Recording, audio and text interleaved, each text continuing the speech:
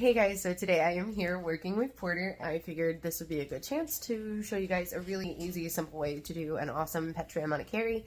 Basically, groom by numbers. Here we go.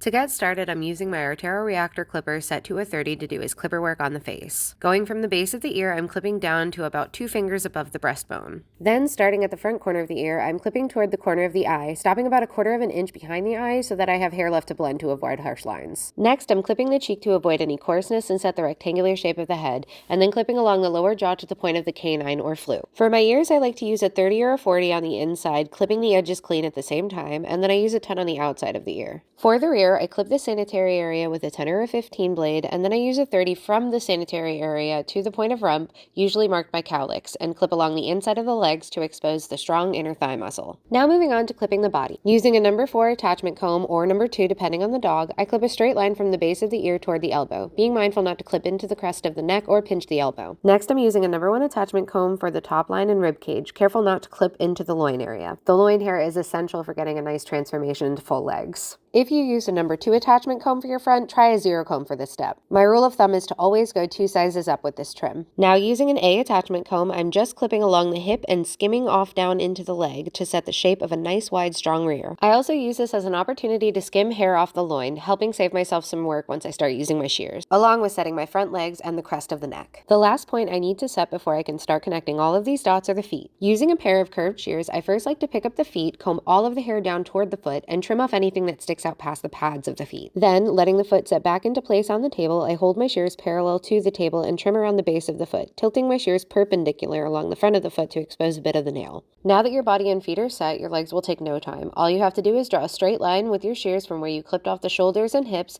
down into the foot. Balance those with the inside or the outside of the leg, and then just neaten them up. From this point on, it's all about smoothing and blending your transitions together. I love to use fine chunkers or thinners to help finish blending any of my clipper work areas. Hope you guys enjoyed this bite-sized tutorial on the Kerry Blue Terrier. Be sure to like, follow, and subscribe so you don't miss out on what we groom next.